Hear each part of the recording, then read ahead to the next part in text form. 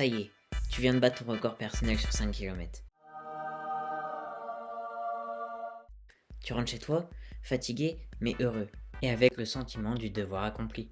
Tu as bien mérité un petit peu de repos. Alors tu t'installes sur ton lit, ouvres tes réseaux et commences à scroller.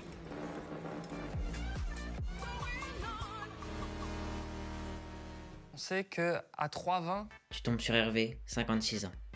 Hervé ne court pas 5 km, il court des marathons, et des marathons en moins de 3 heures. Son footing tranquille du matin, il est déjà plus rapide que ton RP, et quand il parcourt au seuil, toi t'es obligé de sprinter pour le rattraper. Allongé sur ton lit, tu es triste. Il y a encore quelques instants, tu étais si fier de toi et de l'effort que tu avais accompli.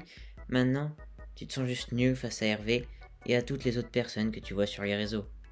Alors tu jettes ton téléphone le plus loin possible et tu arrives sur cette vidéo.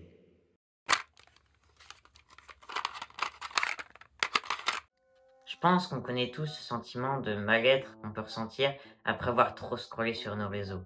À force de voir des gens réaliser des trucs incroyables ou vivre des choses exceptionnelles, on peut se sentir nul à côté d'eux, inférieur face à toutes ces réussites qu'ils peuvent nous montrer. Mais est-ce que tu t'es déjà demandé pourquoi? Qu'est-ce qui se cache derrière cette comparaison tout le temps négative et excessive sur les réseaux? Quels mécanismes, quels algorithmes cachés pourraient expliquer tout ça? Et est-ce que ça serait pas aussi un peu, et même surtout, de la faute des réseaux eux-mêmes si on se compare toujours de la mauvaise manière?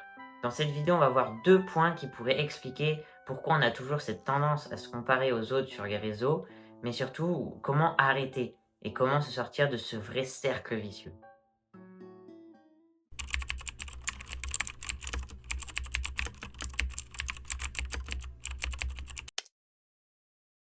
Sur les réseaux, on peut retrouver énormément de contenu de gens qui réalisent des trucs juste incroyables, mais paradoxalement, relativement peu qui montrent réellement l'envers du décor. En gros, on voit beaucoup de résultats, d'accomplissements, de finalités, mais pas tous les efforts et le travail qu'il y a derrière.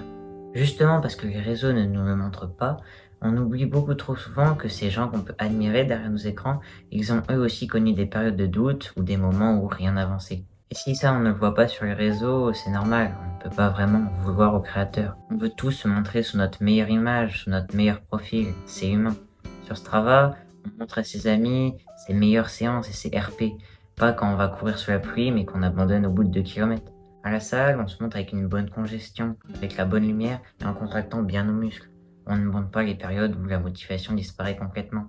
Et sur les réseaux, forcément, c'est pareil. Et le problème avec tout ça, c'est que ça peut finir par être dangereux. Ça peut déformer notre perception de la réalité en nous faisant nous sortir inférieurs face à des gens qu'on ne connaît pas réellement. Et ça explique sûrement pourquoi la RSPH a même classé Instagram comme étant l'une des pires applications et le pire réseau social en ce qui concerne l'impact sur la santé mentale des jeunes dans un rapport publié en 2017. Leur enquête, menée auprès de 1500 jeunes de 14 à 24 ans, a souligné 14 points au total liés à leur santé mentale et à leur bien-être, dont l'estime de soi ou l'image corporelle. Je vous les affiche tous à l'écran, mettez en pause si vous voulez regarder ça plus en détail. Une chose particulièrement intéressante que j'ai très vite remarqué, c'est que les réseaux les plus mal classés étaient justement Instagram et Snapchat, deux plateformes extrêmement centrées sur l'image et sur la mise en avant de sa propre vie.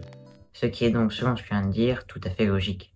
Toujours selon la RSPH, ces plateformes sembleraient également favoriser des sentiments d'insuffisance et d'anxiété chez les sujets de leur étude et, comme on vient de le dire, déformer leur perception de la réalité. Et ça s'explique très simplement en fait. En l'absence d'une comparaison objective, notre cerveau il va naturellement se comparer aux autres pour évaluer nos propres capacités. En gros, on se compare aux autres pour savoir ce qu'on veut vraiment, et ça sans forcément s'en rendre compte. En psychologie, ce phénomène il est connu grâce à la théorie de la comparaison sociale, développée en 1954 par Leon Festinger. Dans deux de ses hypothèses notamment, il explique deux choses très intéressantes par rapport à notre sujet. D'abord, que l'on a tendance à se comparer principalement avec des personnes qui nous ressemblent ou qui nous paraissent relativement proches. Pour faire simple, un lycéen va davantage se comparer à d'autres lycéens qu'à un milliardaire de 60 ans. Un coureur amateur va plus facilement se comparer à d'autres runners sur Strava qu'à un champion olympique. Et c'est là, premièrement, que les réseaux sociaux posent un problème. il brouille complètement cette notion de proximité. Aujourd'hui, en naviguant simplement sur notre feed, on peut avoir l'impression d'être directement en compétition avec des influenceurs, des entrepreneurs millionnaires, des sportifs d'élite ou des gens qui consacrent littéralement leur vie entière à un domaine précis. Festinger explique également que plus quelqu'un nous paraît supérieur dans un domaine important pour nous, plus la comparaison peut devenir inconfortable, frustrante, voire décourageante. Et c'est exactement ça qu'il se passe quand on scrolle sur nos réseaux. On s'expose en permanence à des gens qui sont meilleurs que nous dans les domaines qui comptent le plus à nos yeux. Et à force, ça ne motive plus vraiment à progresser. Ça finit juste par nous faire sentir insuffisants. Mais le pire, c'est qu'en voyant constamment ces profils-là, notre cerveau finit progressivement par les considérer comme normaux, alors qu'en réalité, ils représentent souvent une toute petite minorité de la population. C'est là que le piège se referme vraiment. Plus on reste exposé à cette sélection de gens qui paraissent incroyables, plus on s'enferme sans s'en rendre compte dans une bulle où tout paraît exceptionnel.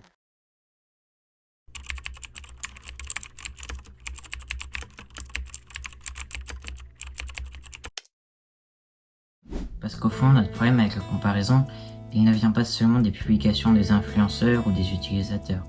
Il vient aussi directement, et peut-être même surtout, des réseaux sociaux eux-mêmes et de leur algorithme. Parce que si à travers nos téléphones on voit des entrepreneurs lancer leur business, des gens aller à la salle tous les jours, ou d'autres qui reprennent totalement leur vie en main, ce n'est pas seulement parce qu'ils ont décidé de publier leur quotidien sur les réseaux, mais aussi parce que les plateformes ont décidé de nous montrer spécifiquement ce contenu-là. Et ça, c'est pour une raison très simple. C'est parce que l'algorithme, il sait parfaitement ce qu'on aime, et il va forcément nous montrer la vidéo qui aura le plus de chances de nous intéresser. Je pense que je vous apprends rien là, c'est le fonctionnement même des réseaux. Plus on consomme un type de contenu, plus l'application va nous le proposer, et donc plus on va le consommer encore. C'est un peu un sorte de cercle vicieux. Et si ça marche comme ça, c'est parce que les entreprises derrière ces plateformes, elles sont pas bêtes. Notre santé mentale, pour être honnête, elles en ont un peu rien à faire. Elles, ce qui leur importe, c'est qu'on reste le plus longtemps sur leur application pour maximiser leurs revenus, que ce soit avec les publicités ou avec les achats intégrés. Donc, pour être sûr de trouver le contenu qui nous fera rester, l'algorithme analyse absolument tout. Ce qu'on regarde, commente, like, partage, et à partir de toutes ces données, il construit une sorte de profil numérique extrêmement précis de tout ce qui nous intéresse. C'est ça qu'on appelle plus communément une bulle de filtre. Un concept popularisé par Eli Pariser, spécialiste d'internet et grand militant du web, dans son livre The Filter Bubble, publié en 2011. Si vous êtes curieux et voulez approfondir ce sujet hyper intéressant, je ne peux justement que vous le conseiller. La référence est dans la description. Bon, après, dit comme ça, je peux comprendre que ça peut paraître pas si dramatique que ça. On pourrait se dire qu'au fond, c'est juste un simple système de recommandation. Sauf que non, ça va beaucoup plus loin.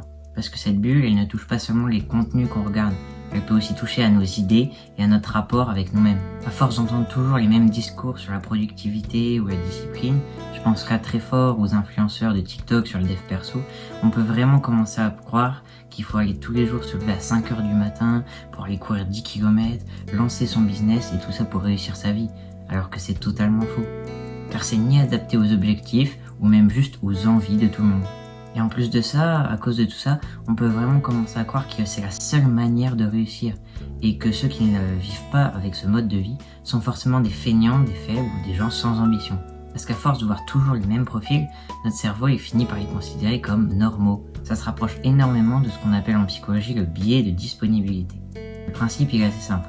Notre cerveau il va avoir tendance à croire que quelque chose est fréquent juste parce qu'il le voit régulièrement.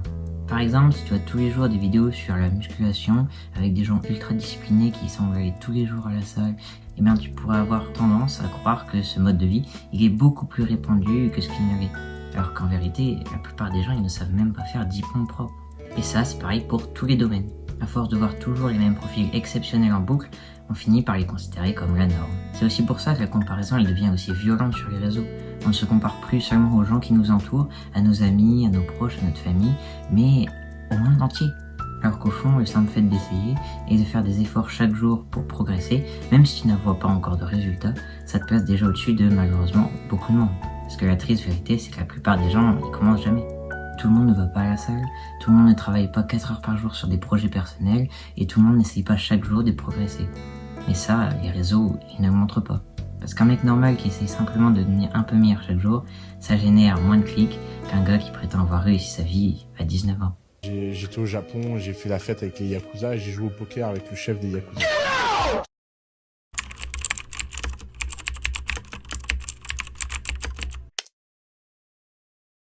Alors concrètement, qu'est-ce qu'on fait pour se sortir de ce problème de comparaison en permanente? Je sais que ça fait un peu bateau et que tu l'as probablement déjà entendu des dizaines de fois, mais je pense que la meilleure chose à faire, c'est juste de se rappeler que la seule personne à qui on doit vraiment se comparer, c'est soi-même. Parce que peu importe du domaine dans lequel on parle, on ne part pas tous du même point de départ. Pas avec les mêmes facilités, pas avec les mêmes objectifs, pas avec le même temps à consacrer à nos projets et pas dans tous les mêmes conditions.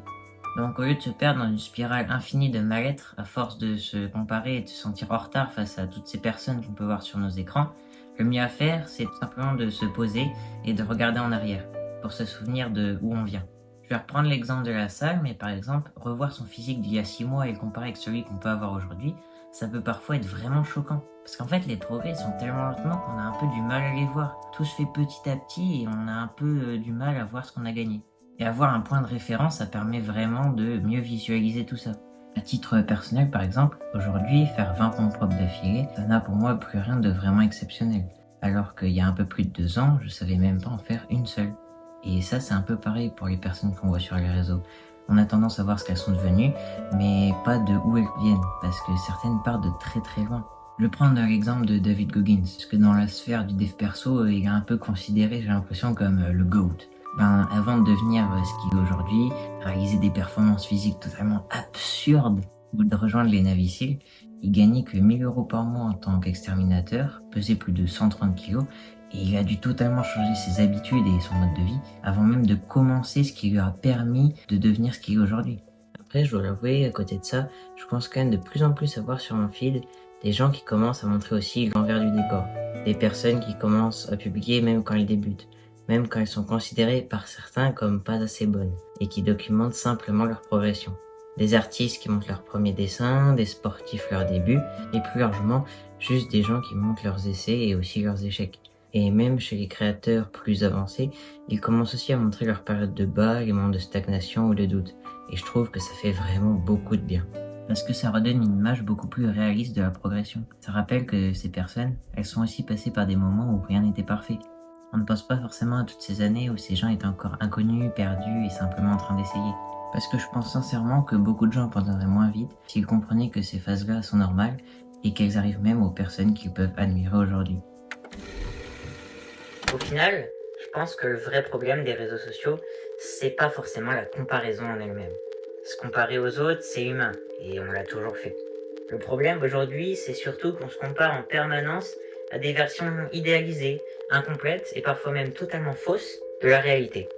Quand tu ouvres Instagram, TikTok, Strava ou n'importe quel autre réseau, tu ne vois pas la vraie vie des gens. Tu vois seulement ce qu'ils ont choisi de te montrer. Quelques secondes sélectionnées parmi parfois des années d'efforts, d'échecs, de doutes, de sacrifices et de travail invisible. Et à force de voir uniquement les résultats des autres, on finit facilement par avoir l'impression d'être en retard ou de ne pas être assez bon. Alors qu'en réalité, chacun avance à son propre rythme. Certaines personnes progressent vite, d'autres mettent plus de temps, et c'est pas grave, c'est totalement normal. La vraie progression, comme je l'ai dit, elle est rarement linéaire. Il y a des périodes où tout va bien, d'autres où tu peux même avoir l'impression de régresser. Et le plus important, au fond, c'est de se rappeler que la seule personne à qui on devrait vraiment se comparer, c'est soi-même. Prendre le temps de regarder où l'on en était il y a 6 mois, ce qu'on a appris depuis, les efforts que l'on a fournis, les habitudes qu'on a construites. Au final, progresser, ce n'est pas devenir meilleur que tout le monde, c'est devenir un peu meilleur qu'avant.